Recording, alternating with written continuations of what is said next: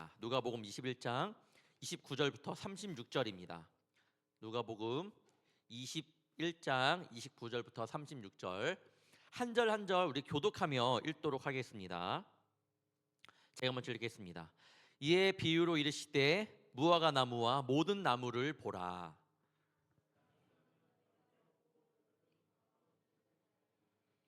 이와 같이 너희가 이런 일이 일어나는 것을 보거든 하나님의 나라가 가까이 온 줄을 알라.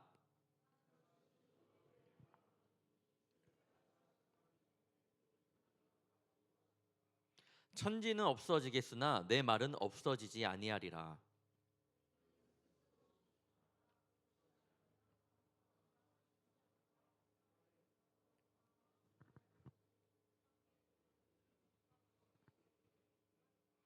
이날은 온 지구상에 거하는 모든 사람에게 이 말이라. 너희는 장차 올 이 모든 일을 능히 피하고 인자 앞에 서도록 항상 기도하며 깨어 있으라 하시니라. 아멘. 네, 오늘 함께 말씀을 나눌 텐데 그날이 오기 전에라는 제 주제를 가지고 말씀을 나누도록 하겠습니다. 오늘 날씨가 참 이상합니다. 이거 오늘 아까 여러분이 찬양할 때는 우박이 좀 떨어졌거든요. 진짜 우박이었습니다. 찬양하기 전에 잠깐 시간 있을 때 저 우박이냐 아니냐 잠깐 얘기했었는데 우박이 떨어졌고 갑자기 좀 더 추워진 듯한 느낌이 들었는데 좀 추우니까요 여러분 감기 조심하시고 그래도 요즘에 또 감기가 많이 걸리는 것 같습니다. 항상 자기의 몸은 자기가 좀 잘 챙겼으면 좋을 것 같습니다. 그리고 광고 하나 빠졌는데 여러분 2층에 올라가 보면 아까 사진전 얘기 있었잖아요. 사진전은요 우리 예림 청년이 저번 주 수요일 날 우리 조영수 전 부장님이시죠. 우리 조영수 권사님이 시켜서 아무튼 예림 청년이 와서 수요일 하루 종일 그거를 한 거예요. 그래서 여러분 한번 보시고 왜 봐야 되냐? 우리 이번에 처음 사진전이기도 하고요. 그 다음에 성교에 관한 이 성교 박람회가 열릴 텐데 거기서 사진전은 뭐 다 꾸밀 거고 그 다음에 우리 청년들로 나중에 사진을 찍으면 거기다가 이제 게시를 할 거예요. 앞으로 거기 그 공간을 활용할 거니까 함께 좀 익숙하게 보면 좋을 것 같습니다. 여러분 꿈 자주 꾸나요? 꿈을 자주 꾸시나요? 네, 꿈을 자주 꾸는 청년도 있고 꿈을 안 꾼 지 오래된 청년도 있을 겁니다.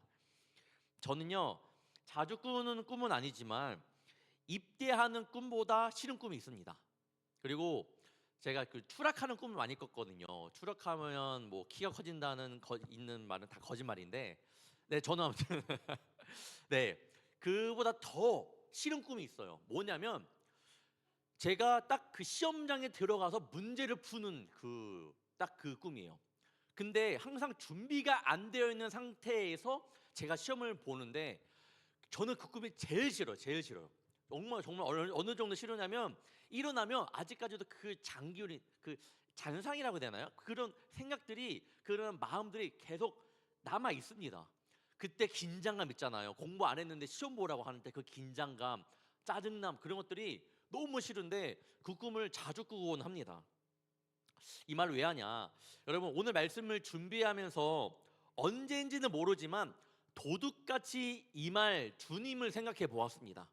도둑같이 임할 예수님께서 분명히 이 땅 가운데 오시는데 분명히 언젠가 오시는데 나는 준비되어 있는 사람인가?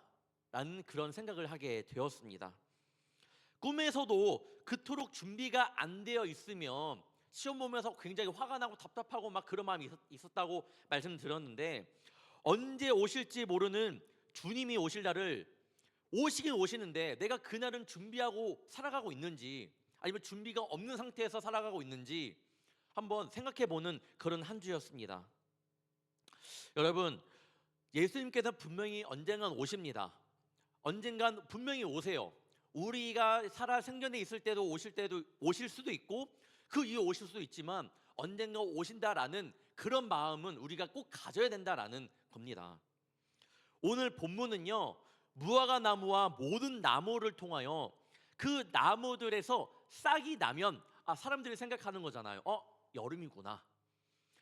아무것도 없던 가지에 뭔가 이제 만약에 벚꽃이 뭐 4월 때 피니까 벚꽃으로 예를 들어 봅시다. 벚꽃 봉우리가 올라오면 이제 봄이 왔구나. 저는 학생 때 그렇게 생각 많이 했던 것 같아요. 아, 곧 시험이구나.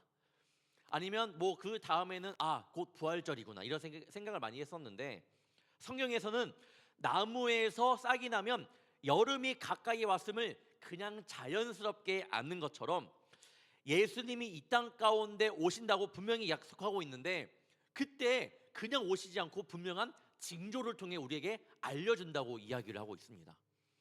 분명히 도둑같이 임하긴 오시지만 분명히 징조를 우리에게 미리 말씀해 주신다라는 거예요. 그때를 우리는 어떻게 준비해야 될까? 이 시간 함께 말씀을 나누기를 원합니다. 첫째, 깨어 있어야 합니다. 여러분, 주님이 오실 날을 우리가 기다리면서 깨어 있어야 합니다. 다시 오늘 예언을 말씀드리자 하면, 비유를 말씀드리면, 무화과 나무에 싹이 나면 우리가 여름이 오고 있구나라는 것을 알 수 있다는 거예요. 즉, 예수님이 이 땅 가운데 오실 때에 도둑같이 임하고 어느 때, 그 때를 얘기하진 않지만 분명한 징조를 이야기하고 있다라는 거예요. 분명히. 자, 그러면 분명한 징조를 보면 우리가 예수님이 오실 때를 안다라는 거잖아요. 이때는 뭘까? 이때에 대해서 오늘 읽은 말씀 아니지만 그 전을 읽어보면 이 징조, 비유로 말하면 이 싹이 나고 있는 이 징조에 대해서 이야기하고 있습니다. 굉장히 무서워요. 자, 먼저 성전이 무너진다라고 말씀합니다. 또한 많은 사람들이 예수님의 이름으로 와서 예수 믿는 이들을 미혹한다라고 합니다. 민족이 민족을 공격한다고 하고요, 나라가 나라를 대적한다라고 이야기를 합니다. 또 곳곳에 지진과 기근, 전염병이 있을 것이고 무서운 일과 하늘로부터 큰 징조들이 나타날 것이라고 이야기를 하고 있습니다. 또한 예수님의 이름으로 살아가는 우리들에게 박해가 있을 것이라고 성경은 이야기하고 있어요. 분명히 이야기하고 있습니다. 크리스천들은 모든 사람에게 미움을 받는데 심지어는 부모와 형제에게도 미움을 받는다라고 이야기를 합니다. 내가 믿는 예수님 때문에 그 믿음으로 말미암아 가족들한테도 미움을 받을 수 있다라는 거예요. 뭐 한정적이겠죠. 뭐 모든 사람이 그렇진 않겠죠. 당연히 믿음 없는 이들, 부모들, 친구들, 형제들을 통하여 우리가 그런 핍박이 있을 거라는 이야기입니다. 그때의 날짜는 없습니다. 하지만 분명히 예수님이 언제 오십니다라는 날짜는 없지만 그 전에 이런 징조들이 반드시 있을 것이라는 성경의 예언적인 그런 말씀이에요.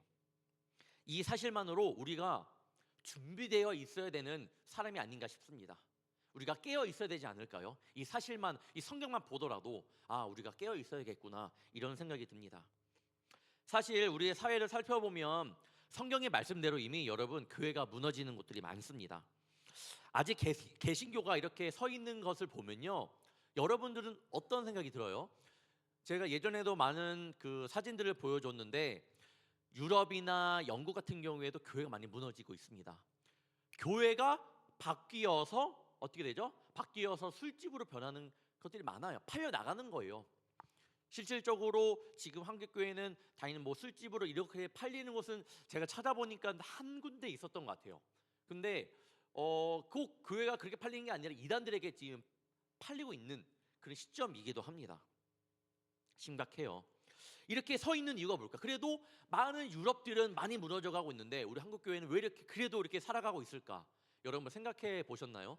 저는 생각해 보면 진짜 하나님께서 우리에게 기회를 주시고 있구나, 하나님의 은혜구나라고 생각을 할 뿐만 아니라, 또 하나, 교회마다 곳곳에 기도하는 분들이 계시기 때문에 그래도 우리 교회가 이렇게 버티고 있구나라는 생각이 듭니다.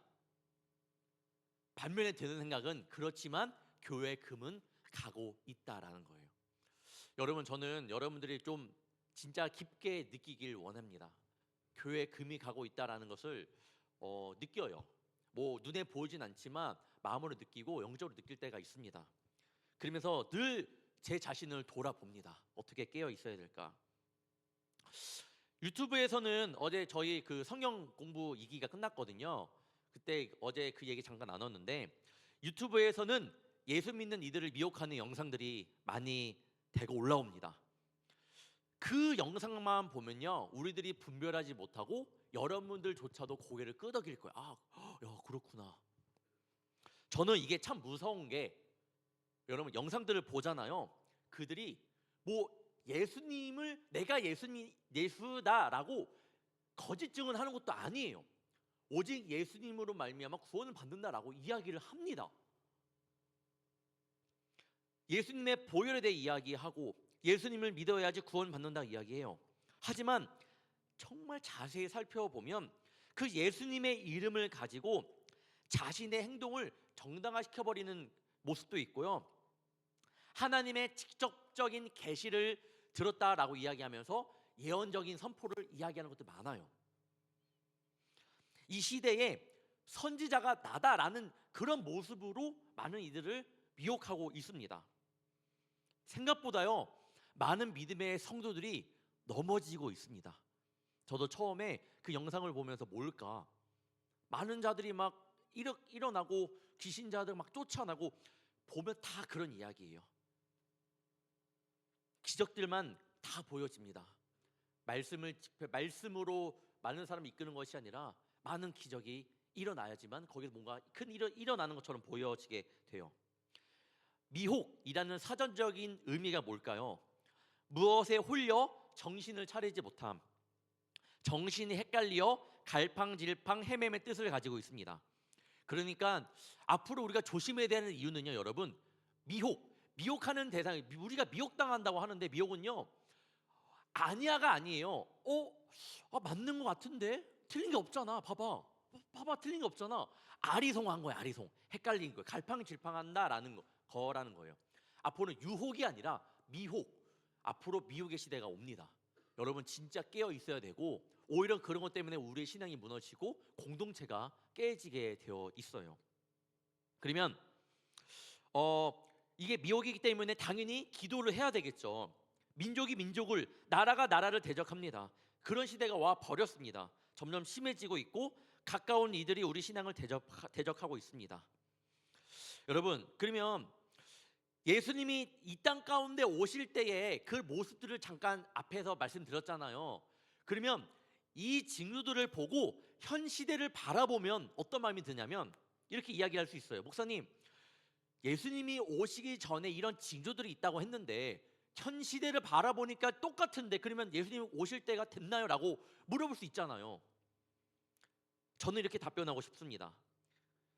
정확히 그때는 모르지만, 하나님의 그때가 날짜까지는 모르지만 그날이 오고 있음을 믿음의 자녀들은 분명히 알 수 있다. 그래서 우리는 늘 깨어 있어야 된다라고까지 이야기하고 싶어요. 이렇게까지 뭉뚱그려 얘기할 수밖에 없지만 분명히 그때는 내가 알지 못하기 때문에 저는 성경의 근거예요. 그렇게밖에 답변할 수 없습니다. 하지만 분명히 온다. 분명히 하나님의 그때는 오고 있고 이 시대만 봐도 우리가 그걸 느낄 수 있다라는 겁니다. 그때는 모릅니다. 또 이렇게 물어볼 수 있죠. 목사님, 저의 연약한 믿음으로는 그냥 그런 징조가 보인다 하더라도 그때가 그때인지 모를 것 같아요. 어떻게 내가 알 수 있을까요? 이 연약한 믿음 가지고 제가 어떻게 알 수 있을까요? 라고 물을 수 있습니다. 저는 이렇게 답변하고 싶어요. 왜 우리가 모를 거라고 생각하나요? 여러분이 왜 그때를 모를 거라고 생각을 하나요? 우리의 믿음은 연약할지 몰라도 여러분은 하나님의 자녀잖아요. 하나님의 자녀라는 건 뭐예요? 빛의 자녀라는 겁니다. 성경을 보면요, 하나님의 자녀는 그때가 분명히 하나님의 자녀에게는 그때가 언제인지 분명히 알려진다라고 이야기를 하고 있습니다. 데살로니가전서 5장 4절에서 5절입니다. 형제들아, 너희는 어둠에 있지 아니하매 그날이 도둑같이 너희에게 임하지 못하리니 너희는 다 빛의 아들이요 낮의 아들이라. 우리가 밤이나 어둠에 속하지 아니하나니. 뭐예요? 빛의 아들은 주님의 때를 도둑처럼 맞지 않는다라고 분명히 말씀하고 있습니다.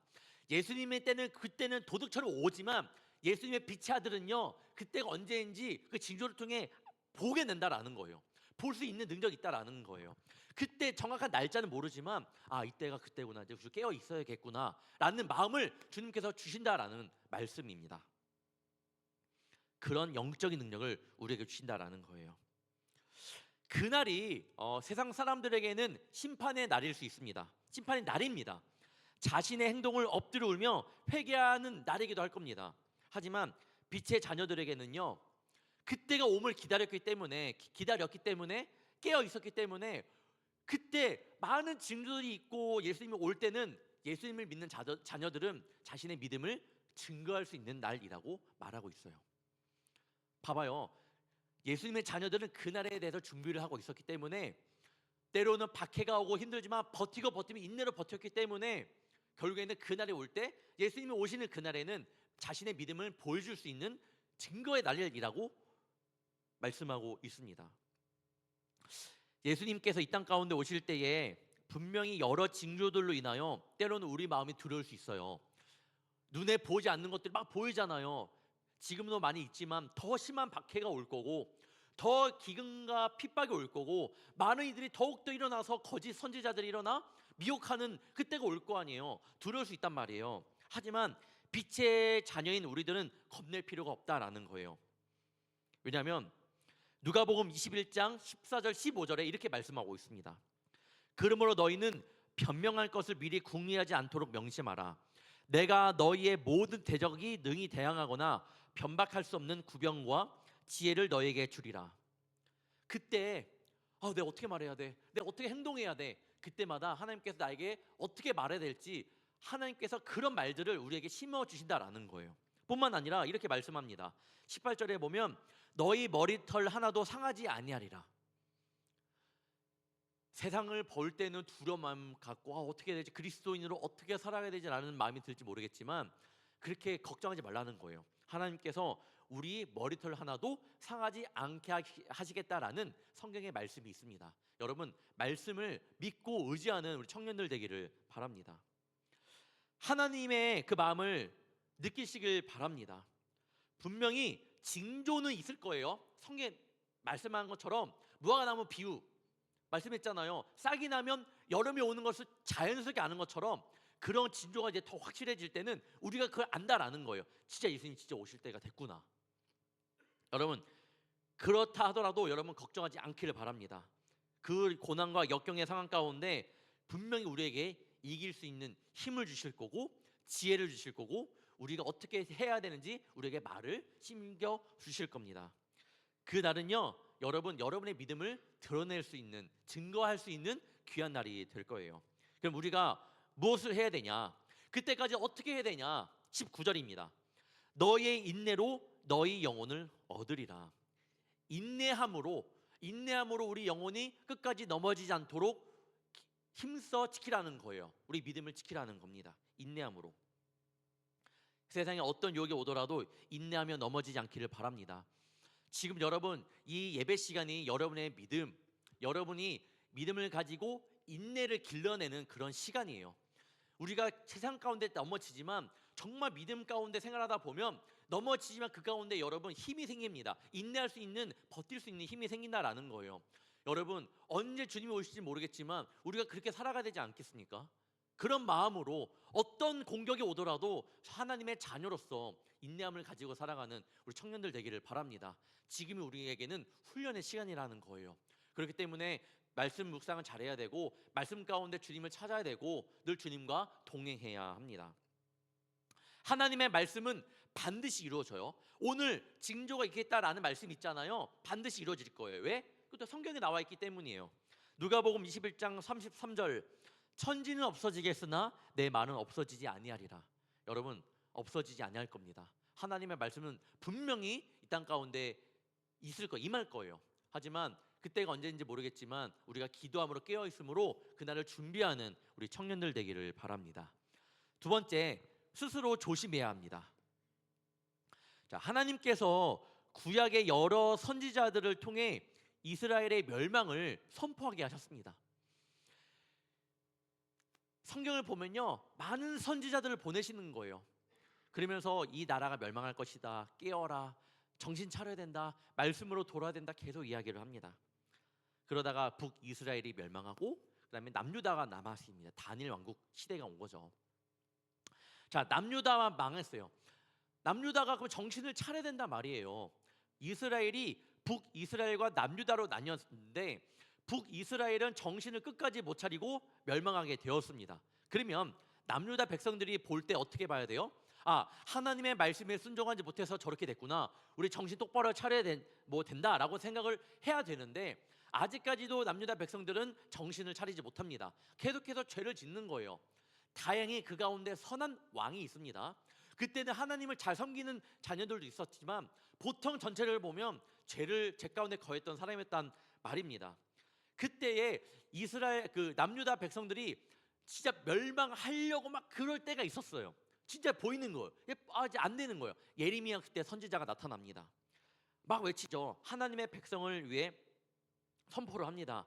하나님의 메시지를 선포하지만 그에 맞선 거짓 선지자들도 함께 예레미야를 대적하는 거예요. 예레미야 23장 17절입니다. 항상 그들이 나를 멸시하는 자에게 이르기를 너희가 평안하리라 여호와의 말씀이니라 하며 또 자기 마음이 완악한 대로 행하는 모든 사람에게 이르기를 재앙이 너희에게 임하지 아니하리라 하였느니라. 여러분 잘 봐요. 거짓 선지자들의 특징은요 똑같습니다. 아까 분명히 말씀드렸던 것처럼 남유다가 이제 멸망을 하려고 막 왔다 갔다 하는 거예요. 툭 하면 넘어질 것 같은 순간이 옵니다. 예레미야는 하나님의 말씀을 전하면서 얼마나 간절한 마음으로 말씀을 전했겠어요. 진짜 기도함으로. 그러니까 여러분 예레미야 다음에 뭐예요? 성경에 예레미야 애가가 있습니다. 왜 애가가 왜 나온 거예요? 예레미야를 봤는데 멸망할 것 같은데 말 똑바로 듣지 않고 멸망한 거예요.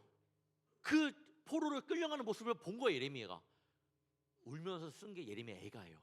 그 마음이 느껴집니까? 그런데 거짓 선지자들은 어떻게 얘기하냐? 방금 읽었던 것처럼 늘 안심을 시켜요. 괜찮다, 할 수 있다, 다 잘 될 거야, 걱정하지 마.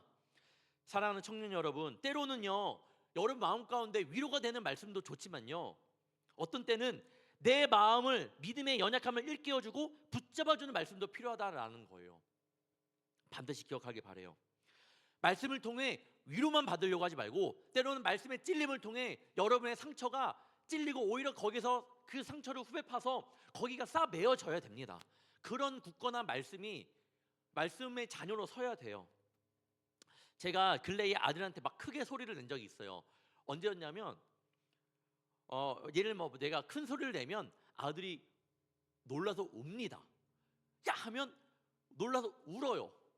이것만 보면 아빠 목사님은 나쁜 아빠구나라고 생각할 수 있지만 그 예가 있습니다. 어떤 그때 상황이었냐면 예준이가 그 위험한 물건을 막 만지려고 하는 거, 뜨거운 걸 만지려고 하거나 아니면 되게 위험한 걸 만지려고 하거나 알게 모르게 당연히 그런데 뭐 놓진 않죠. 하지만 어떻게든 그걸로 찾아가서 해내는 애예요. 요즘 애들을 보면요 참 그렇습니다. 제가 뭐 놓은 것도 아닌데 자기가 올라가서 만지려고 하는 순간 어떻게 해요? 갈 수는 없고 약 소리치면 애가 놀라면서 넘어지면서 웁니다. 여러분 다치면 안 되니까 사랑하니까 때로는 훈육도 하는 거예요. 그 큰 소리가 나쁜 소리가 아니었어요. 그 아이를 보호한 큰 소리였다라는 거예요. 울지만 어쩔 수 없는 거예요. 아들 위에 냈던 소리였습니다. 하지만 나라가 멸망하는 그 순간까지도 거짓 선지자들은 거짓으로 자꾸만 백성들의 마음을 안심시켰습니다. 예레미야는 당장 지금 백성들이 돌아오지 않으면 보이는데 넘어질 거 뻔히 보이는데 백성들은 자신들이 듣고 싶은 말만 들었던 거예요. 무엇보다 여러분 거짓 선지자들이 다가갔던 이 거짓 선지자들이 말했던 무리가 있을 거 아니에요. 이 무리의 특징이 뭔지 알아요? 오늘 17절 한번 볼게요.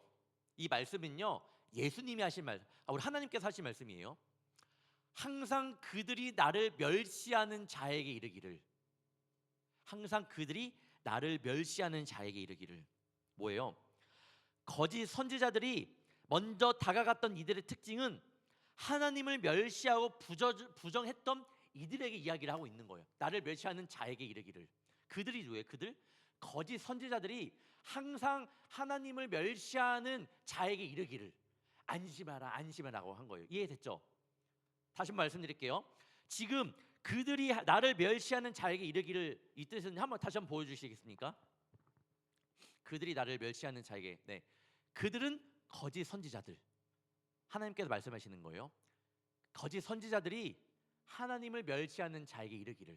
거짓 선지자들이 지금 뭐예요? 누구한테 얘기하는 뭐 안심하라 뭐 평안해라 누구한테 얘기하고 있는 거예요?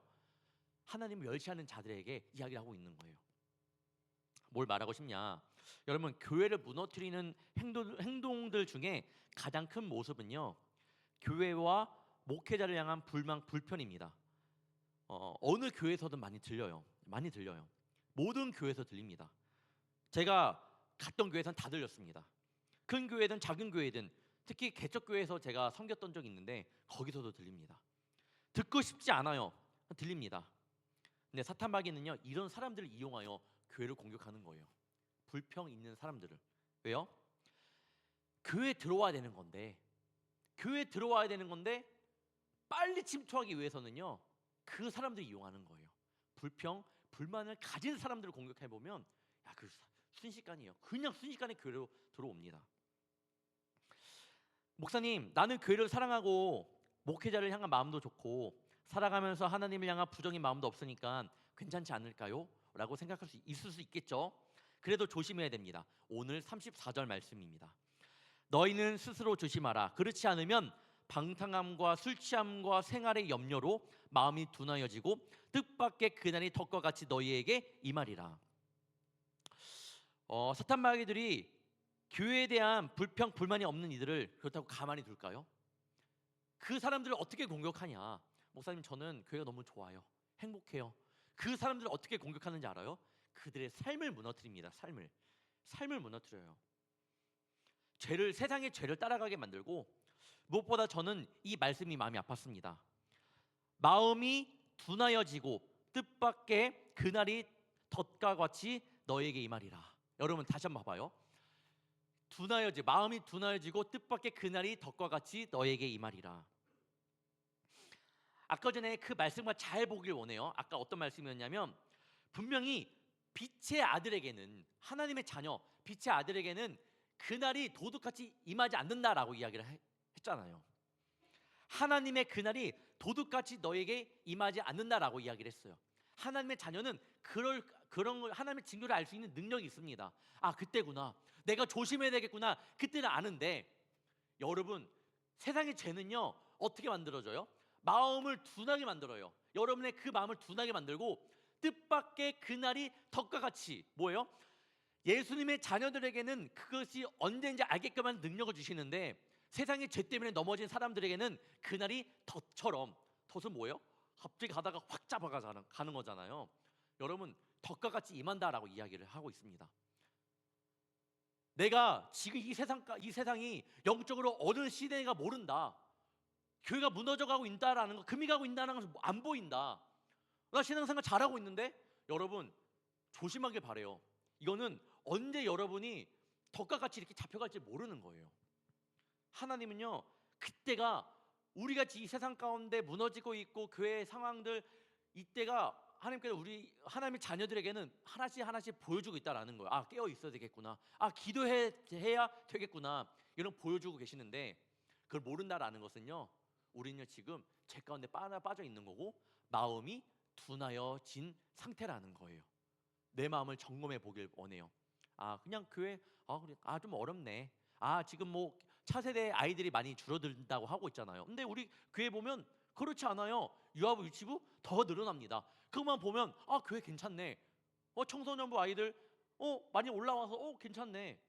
아니에요, 여러분. 굉장히 심각해요. 굉장히 많은 교회들이 진짜 아이들이 더 없어지고 있고, 제가 다니던 전액교회 있잖아요. 정말 많이 목사님 얘기 많이 들어봤는데, 뭐 아이들이 늘어나기는커녕 더 줄어들었어요. 더. 그리고 청장년도 많이 죽었습니다. 네, 저희 차세대 교육부의 청년들만 살아야 되는 게 아니라 청장년이 부흥해야 됩니다. 여러분들이 그 청장년이 될 거 아니에요. 나중에 여러분이 바로 서 있어야지만 교회가 바로 섭니다. 당연히 집사님들과 권사님들의 기도가 있기 때문에 무너지지 않아요. 하지만 앞으로 여러분들이 이끌어갈 교회의 주역자입니다. 여러분 꼭 잊지 않기를 바래요. 스스로 조심하라. 오늘 말씀하고 있죠. 스스로 조심하라. 안 그러면 방탕함과 술 취함과 생활의 염려로 너희 마음이 둔해질 것이다. 그리고 보이는 것도 보지 못하고 덫처럼 언젠가 그것이 확 너희를 채갈 것이다라고 말하고 있습니다. 스스로 조심하라. 오늘 말씀을 듣고 여러분 앞으로 또 한 주 동안 살아갑니다. 스스로 조심해야 돼요. 제가 매일매일 여러분에게 연락해서 할 수 있으면 좋겠지만 그럴 수 있는 상황도 아니고 옆에 있는 사람도 믿음의 동력자들께 함께 다니면 좋잖아요. 하지만 여러분들은 뿔뿔이 각자의 자리로 간단 말이에요. 그러면 어떻게 여러분이 스스로 조심할 수 있어요? 그래서 말씀을 늘 묵상해야 돼요. 큐티책 여러분 5월 6월 달이 나왔어요. 다음 주에 나눠드릴게요. 신청 안 한 청년들은 다시 한번 신청하고 여러분 그래서 그 말씀을 통하여 내가 넘어지면 안 되겠구나, 내가 다시 깨어 있어야 되겠구나 라는 마음을 갖는 우리 청년들 되기를 바랍니다. 세 번째, 기도해야 됩니다. 맞아요, 기도해야 돼요. 기도해야 되는데 여러분 왜 우리가 기도하지 못할까? 기도해야 됩니다. 근데 왜 기도하지 못할까? 사실 이 기도해야 됩니다라는 그런 목사님의 말씀이나 그런 것들을 책을 통해 많이 보았을 거예요. 많이 보았습니다. 오늘 말씀을 준비하면서 왜 기도해야 되는데 왜 기도하지 못할까 다시 한번 묵상해 보았습니다. 이번 주에 주어진 마음은 이런 거였어요. 당연히 시간이 없고 우리가 기도의 훈련이 안 되었기 때문에 기도하지 못하는 것도 맞지만 그것이 주된 이유가 되진 않는다라는 거예요. 여러분 꼭 기억해요. 시간이 없어서 기도 못해요. 목사님 제가 기도가 뭔지 몰라서 훈련이 안 돼 있어서 기도 못해요. 아니에요. 이유가 될 수 있지만 이거는 조그만 이유가 될 수 있고 기도하지 못한다라는 그 주요 원인이 될 수 없습니다. 그럼 기도하지 못하는 가장 중요한 원인은 뭘까요? 내 삶이 하나님의 뜻에 따라 사는 것에 관심이 없기 때문이에요. 다시, 내 삶이 하나님의 뜻에 따라 사는 것에 관심이 없다라는 모습이에요. 모습. 예수님께서 걸어가신 그 고난의 길을 따라가기에 큰 관심이 없습니다. 말은 잘하죠. 하나님의 뜻대로 예수님의 십자가의 길을 나도 걸어가기를 원합니다. 주님, 나 주님대로 뜻대로 살아가기를 원합니다. 잘합니다. 근데 관심은 없어요. 여러분 이 시간 잘 새겨야 합니다. 기도란, 앞에 보실게요. 기도란 우리의 이기적인 생각과 이상과 희망을 점차적으로 주님의 영원한 사역에 일치시켜가는 길고도 때로는 힘겨운 과정을 시작하는 거예요. 뭐예요? 예수님이 걸어가신 그 길에 내가 동참하는, 힘들지만 그 길이 쉬운 길은 아니지만 그리고 내가 주님의 영원한 사역 가운데 내가 기도함으로 그 가운데 일치하기 원합니다. 내 마음도 주님과 함께하기 원합니다. 때로는 힘겹겠지만 그 과정을 시작하는 것이 바로 기도예요. 다시 말하면 하나님의 뜻에 따라가겠습니다. 내 삶이 하나님 뜻대로 살아가길 원합니다라고 고백하는 것이 기도라는 거예요. 기도하지 못하는 이유 뭐라고요? 내 삶이 하나님 뜻에 관심이 없기 때문에 일어나는 겁니다. 왜 기도해야 돼요? 그래서 그 길은요 쉽지 않아요. 그 고난의 하나님 길을 따라가는 쉽지 않기 때문에 내가 붙잡을 수 있는 게 없기 때문에 하나님을 붙잡는 거예요. 그게 바로 기도라는 겁니다. 내 삶이 주님 뜻대로 살아가기를 원하고 정말 예수님께서 십자가를 지시고 걸어가신 그 길을 나도 따라가고 싶은 자녀는 기도 없이 절대로 그 길을 갈 수 없음을 알게 됩니다. 그래서 기도하게 돼요. 우리가 기도가 성장한다라는 것을 이렇게 표현합니다. 우리의 인간성이 그리스도인으로 무르익는다. 기도가 성장한다라는 것을 다른 말로 우리의 인간성이 그리스도인으로 무르익는다라고 표현을 합니다. 우리의 인간성이 그리스도인으로 무르익는다. 참 많은 것을 뜻하는 문장이기도 한데 이 모습은 앉으나 서나 주님 생각, 자나 깨어있으나 주님 오늘 어떻게 살아갈까요? 주님 그 뜻을 알려주세요. 뭐 이런 마음이겠죠. 때로는 우리가 기도를 할 때 이렇게 생각할 수 있습니다. 여러분 중에 이렇게 생각하는 청년도 있을 거예요. 목사님 그러면 우리가 구하려는 것이 무엇인지 하나님께서 아신다면 왜 번거롭게 기도해야 합니까? 하나님 모든 걸 아신다고 하잖아요. 근데 왜 꼭 우리가 기도를 해야 됩니까? 여러분 이 질문은요 3세기에도 있었던 질문이었습니다. 3세기에 많은 사람들이 이 오리게네스라는 초대 교부가 있습니다. 이 교부에게도 물었던 질문이에요. 누군가 여러분에게 그렇게 물어본다면 어떻게 대답하겠습니까? 여러분 우리가 말하고 행하려는 것이 무엇인지 하나님께서 아실까요? 모를까요? 우리가 기도하려고 하는 그 순간 우리가 어떤 마음을 가지고 어떤 것을 위하여 기도하려고 하는지 하나님께서 아실까요? 모를까요? 아실까요? 모를까요? 안다. 모르지 않는다. 안다. 그러면 왜 우리가 기도해야 되냐? 우리가 기도해야 되는 분명한 이유는 하나님의 그 구원의 역사에 내가 기도함으로 내가 그 구원 역사에 참여하는 거예요. A부터 B를 갑니다. A부터 B까지 가는 거 하나님의 계획이라고 생각해 봅시다. 내가 기도하지 않아도 하나님은 이뤄 가시는 거예요. 하지만 내가 주님, 내 이 A가 B로 갈 수 있도록 주님 역사해 주시옵소서, 함께 해 주시옵소서라고 기도할 때에 하나님의 그 큰 계획 안에 내가 풍덩어 빠지는 거예요. 나도 함께 하나님의 일을 이루어가는 하나님의 백성으로 서는 겁니다. 그때 주어지는 은혜가 있어요. 그래서 우리가 기도하는 겁니다. 오늘 마무리는 이렇게 기도하려고 합니다. 예수님의 제자들도 예수님과 함께 있으면서 기도할 줄 몰랐습니다. 그래서 예수님 어떻게 기도해야 됩니까? 라고 물어봐요. 그때 예수님께서 너희들 이렇게 기도하라 라고 알려주시는 것이 있습니다. 바로 그게 여러분이 잘하는 주기도문이에요. 다 함께 우리가 이렇게 기도하도록 하겠습니다. 마태복음 6장 9절에서 13절 읽고 말씀을 마무리하도록 하겠습니다. 다 함께 읽겠습니다. 그러므로 너희는 이렇게 기도하라. 하늘에 계신 우리 아버지여, 이름이 거룩히 여김을 받으시오며 나라가 임하옵시며 뜻이 하늘에서 이루어진 것 같이 땅에서도 이루어지이다. 오늘 우리에게 일용할 양식을 주시옵고 우리가 우리에게 죄 지은 자를 사하여 준 것 같이 우리의 죄를 사하여 주시옵고 우리를 시험에 들게 하지 마시옵고 다만 악에서 구하시옵소서. 나라와 권세와 영광이 아버지께 영원히 있사옵나이다. 아멘. 기도함으로 깨어 있어 허랑방탕한 생활이 아니라 여러분도 기도하지 않으면, 깨어 있지 않으면 마음이 둔하여질 수 있다라는 사실을 반드시 기억하고, 또 주님은 언제 올지 모르겠지만 그날이 확실히 오신다라는 것을 마음속으로 믿고 깨어 있음으로 스스로 조심하며 여러분 기도함으로 주님 앞에 나아가는 우리 귀하고 복된 청년들 되기를 주님의 이름으로 축원합니다. 기도하겠습니다. 사랑의 주님, 하나님의 그때는 분명히 임하는 줄 믿습니다.